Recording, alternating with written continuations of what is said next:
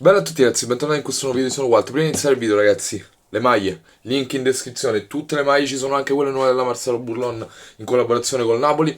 Detto ciò, passateci, non costa veramente niente. Parliamo della partita appena trascorsa, a parte che se trovo lo spezzone di live che avevo fatto dove dicevo che per me avrebbe vinto la Juventus, ve lo metto, Nostradamus. Ma perché ragazzi? Io ero convinto che in una gara secca così la Juventus avrebbe avuto qualcosa di più. Dobbiamo dire la verità. Dobbiamo dire la verità. Primo tempo dominato in tutto e per tutto dall'Atalanta. In tutto e per tutto. Bellissimo il gol di Kulusevski. Bellissimo per me da annullare. Perché il fallo c'era. Però bellissimo. Forse da annullare anche quello dell'Atalanta. Quindi diciamo che si sono compensati. C'è anche da dire che evidentemente il metodo di giudizio dell'arbitro era quello lì, quindi ha voluto non fischiare niente e ci può stare. Però Atalanta schiaccia sassi nel primo tempo. Io ragazzi vi dico una cosa, anche se per molti potrà sembrare strano, io la squadra contro la quale vado più contro è la Juventus, in tutto e per tutto.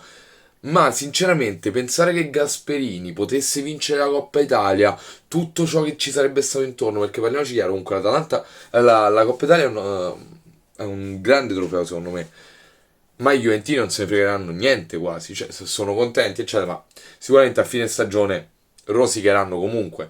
A questo punto preferisco rosichino anche quelli dell'Atalanta e così sono un po' più felice, quindi oggi speravo che vincesse la Juventus.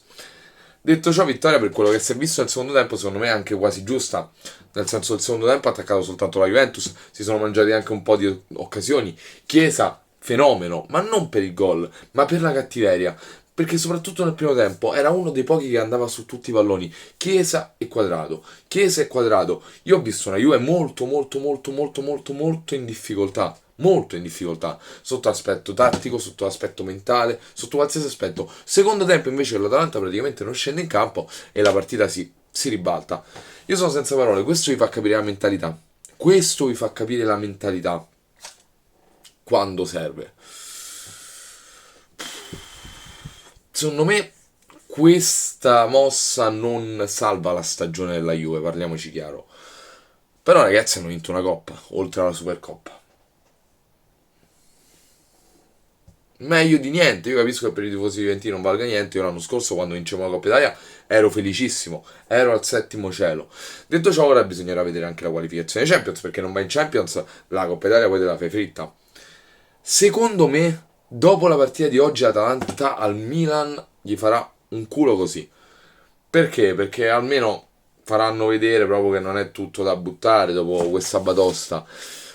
Non lo so, io avevo questo presentimento che oggi avrebbe vinto la Juventus e domenica l'Atalanta.